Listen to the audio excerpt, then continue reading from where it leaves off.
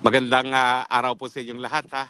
Lunes na naman, balik na naman tayo sa ating mga trabaho, balik na naman sa ordinaryong buhay. Pero I trust naman po na kayo'y nakapagpahinga. Ako, naabutan na naman ako sa labas, kaya nandito na naman ako sa labas, nag-i-Spokes Hour. Well, dalawang bagay po pag-usapan natin ngayon, no? At yan po ay related to one another. Well, ang una po, yung bago kayang Senate President sa Senado, at pangalawa, yung minumungkahi ni Senator Alan Cayetano na snap elections. Bakit po related yan? Well, kasi po, kung matutuloy yung snap elections, sino ang tatayong transition leader? Sa ating saligan batas po, kung mababakante ang posisyon ng presidente, ang vice president, mga senador at congressmen, ang tatayong transition leader ay walang iba kung hindi ang Chief Justice dahil siya po ang panglima sa hierarchy of officials. Pero anyway, pag-usapan po muna natin kung magkakaroon ba ng bagong Senate President. Well, sa tingin ko po, itong pagbibitiw ni Senator Ping Lacson ay sinyales na parang wala talagang tiwala, hindi lang kay Senator Ping Lacson para mamuno sa Senate Blue Ribbon Committee, kung hindi, dun sa kanyang kapartner na si Tito Soto, no, bilang Senate President. So sa tingin ko po ay meron ng sapat na numero para mapalitan ng Senate President kasi maraming hindi nagustuhan yung direksyon ng investigasyon ng Senate Blue Ribbon Committee. No? Doon sa mga senador na medyo tahimik, siyempre hindi nila nagustuhan yung statement ni Senator Ping Lacson na lahat ng senador sa 19th Congress ay nagkaroon ng mga insertions. No? So siyempre mapapasama ang lahat ng senador na nakaupo mula nung 19th Congress. So ibig sabihin, kalahati po niyan madadamage. No? At siyempre may mga re-electionista rin. No? So more or less mahigit pa sa kalahati ang madadamage dyan. No? At siyempre hindi nila gusto yung impression na may kinakakatigan ng mga sets of witnesses at parang ayaw nila doon sa mga diskaya na siyang unang-una nagsabi na dawit nga si Martin Romualdez at saka itong si Zaldico. So sa tingin ko, kung merong clamor na palitan si Senator Ping Lacson, ang pinakamainit na committee ngayon sa Senado at pinakaimportante ngayon dahil talagang diyan natin nakakalap ang mga katunayan at katotohanan tungkol sa malaganapang korupsyon sa gobyerno, ay ang Senate Blue Ribbon Committee. So kung sa tingin ni Senator Ping Lacson na wala ng tiwala ang kanyang mga kasama bilang chairman ng Senate Blue Ribbon Committee, kinakailangan mag-isip na rin po si Senate President Tito Soto kasi alam namang iisang tandem silang dalawa. No? Nung huling eleksyon, silang dalawa tumakbo for President at saka Vice President. At saka alam natin na sa administrasyon ni Tito Soto, number 2 man niya si Ping Lacson, tapos binigay pa yung pinaka-importanting komite sa ngayon dahil lang sinisiwalat ng Senate Blue Ribbon Committee, ito controversial talaga na flood control scam. No? So, malapit na po siguro din ang panahon na baka magpalit muli ang mga senador ng kanilang namumuno. No?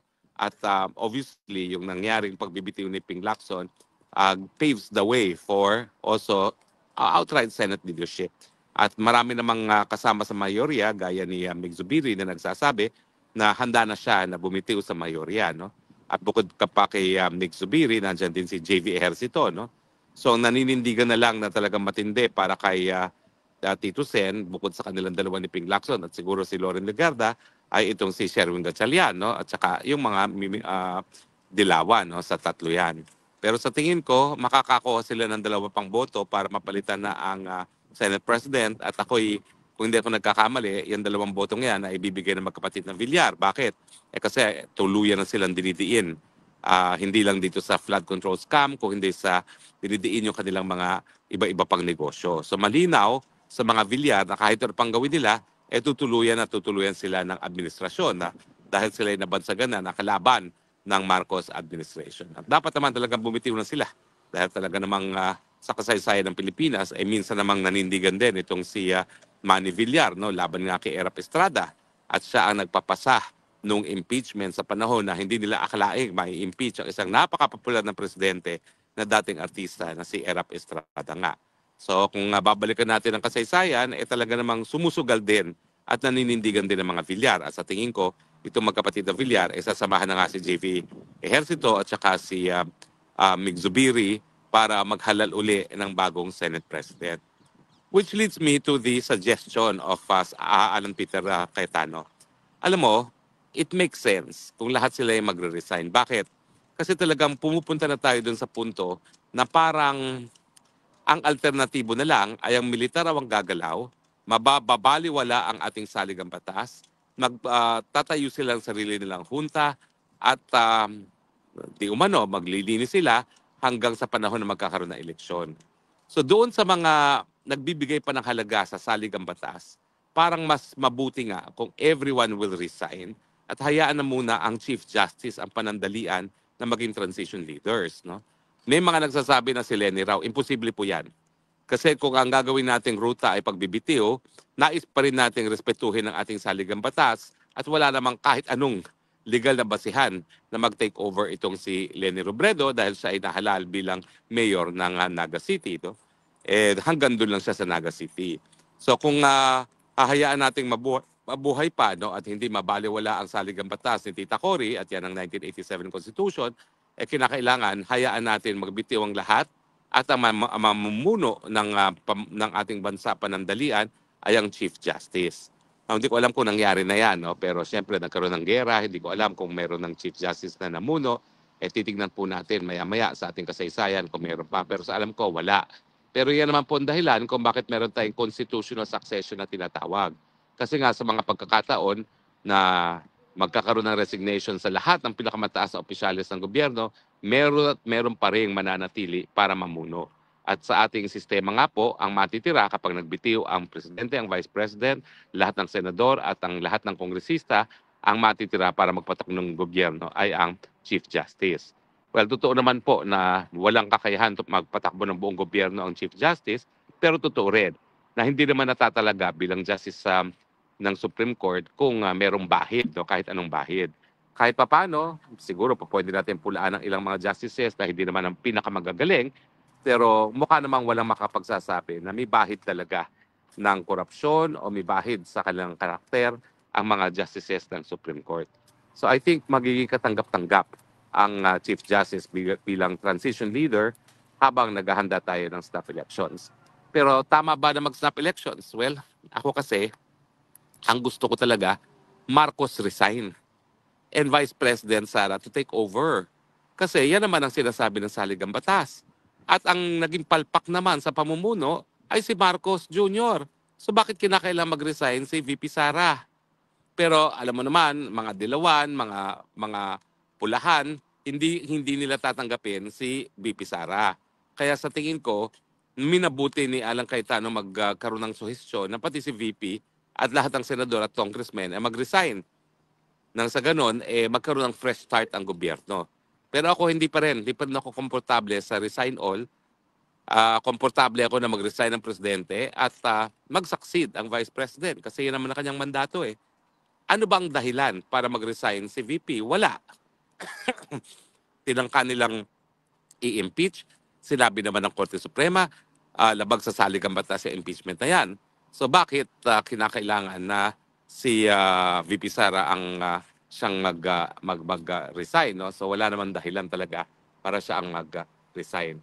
So anyway, ang iniisip ko naman pag nag-resign naman si VP Sara, pwede naman magpatuloy din ang Kongreso or pwede rin naman na mapilitang mag-resign din ang mga miyembro ng Senado at saka ang kongresista. Naintindihan ko yung resign all insofar as galit talaga ang taong bayan sa Kongreso at gusto nilang kung pwede nga buwagin na ang Kongreso. Pero pag nangyari po kasi yun, mababaliwala sa saligang batas, magkakaroon na naman tayo ng revolutionary government at siyempre, hindi natin sigurado na yung militar na tanging merong kakayahan para tanggalin ng gobyerno, igagala nga yung constitutional succession. Kasi nga kung bubugin nila ang Kongreso, para pa yung saligang batas, binaliwala na nila, no? So tuluyan nilang babaliwalain yan. So sa akin, mas mabuti na resign ang BBM at manatili si Inday Sara. Pero alam nyo naman, ang crucial issue dito papayag ba si BBM na siya lang ang magre-resign? Siguro nga ang iniisip ni Alan Peter Cayetano, siguro naman itong si BBM hindi magiging kapituko sa kapangyarihan kung pati si VP Sara ay magbibitiw sa kanyang pwesto. No? At posible naman no, na dahil resign all, mapilitan na itong si BBM na mag-resign na rin na tuluyan. No? At ipaubaya mo na muna dito kay Chief Justice ang pamumuno at ang gagawin lang naman talaga niya ay maghanda para sa bagong eleksyon. Pero ito pang problema. Kung magre-resign all at magre-eleksyon habang hawak ni George Garcia ang makina na magbibilang ng boto, tingin ko mababaliwala pa rin yung eleksyon na gagawin natin, yung snap elections. Dahil sa tingin ko ay hindi po magiging independyente si George Garcia at sa tingin ko po meron talagang partisipasyon itong si Lisa Araneta Marcos sa pagpili dito sa Miro bilang bagong makina na magbibilang. So sa tingin ko, ang importante, resign all. Kung talagang ayaw nila pumayag na si Marcos lang mag-resign, resign all. Pero ang Chief Justice na rin ang siyang magte-take over doon sa Commission on Election. So hindi ko po alam kung paano mangyayari dyan. Kinakailangan siguro po sa pag-resign, kinakailangan din na mag-resign na rin ang buong COMELEC. At hayaan na ang Chief Justice bilang transition leader na bumuo ng bagong COMELEC. At sana ang gagawin na ng Chief Justice ay yung hybrid na matagal na namin pinaglalaban kasi dito sa Europa, ganyan naman po ang mga pinapatupad na patakaran sa eleksyon. Mano-manong bilang sa presinto at ang computerized po, ang automated ay yung canvassing, no, para mabilis ang canvassing. Pero yun nga po, no, medyo panibagong hadlang dyan anong gagawin sa COMELEC kasi alam niyo naman ang COMELEC, yan din po ay isang constitutional body ng kanilang mga commissioners at chairman ay matatanggal lang sa proseso ng impeachment. Pero I guess, bagamat ang aking paninindigan ay Marcos resign lamang at dapat mag-take over si VP Sara, kung talagang kinakailangan ng fresh start at resign all, kinakailangan mabago din ang COMELEC. Kasi habang nandiyan ang COMELEC na pinili ni Lisa Marcos Araneta ang makina at talagang loyal naman ni Lisa Araneta Marcos ang chairman ng COMELEC, hindi tayo magkakaroon ng malinis at credible na eleksyon. So kung resign all, kasama na ang COMELEC at hayaan na ang Chief Justice magtalaga ng mga personalidad na uupo bilang commissioners at chairman ng COMELEC. Pero ulitin ko po sa aking palagay, ang solusyon, Marcos resign, Sara Duterte to take over. Kayo po, anong gusto niyo mangyari? Well, di na po ako magtatagal kasi nga naabutan ako dito sa labas ng bahay ko at meron lang akong inaasikasong opisyal. Pero kinailangan po, idagdag naman natin ang boses sa debate. Debate tungkol nga dito sa dapat ba mag-resign na si Marcos? Oo, dapat na mag-resign at kung sino mag-take over. Fortunately nga po, kung ang issue ay resign all, hindi po tayo magkakaroon ng vacuum kasi nandiyan na ang Chief Justice. No? Pero sa akin, ulitin ko po, tanging si Marcos Jr. ang napatunayan ng walang kakayahan maging presidente. So tanging Marcos Jr. lang dapat ang mag-resign at hayaang pumalit bilang presidente si VP Sara. So maraming salamat po sa inyong patuloy na pagtangkilik. Medyo maikli po tayo dahil nandito lang po tayo sa labas nung opisina kung saan ako po ay may opisyal na transaksyonnes. No? Pero maraming salamat po sa inyong patuloy na pagtangkilik. No? At galing po dito sa malamig na dahig, ito po inyong Spoksang Bayan nagsasabi, I love you Philippines, the only country that I have, the only country that I love. Bye!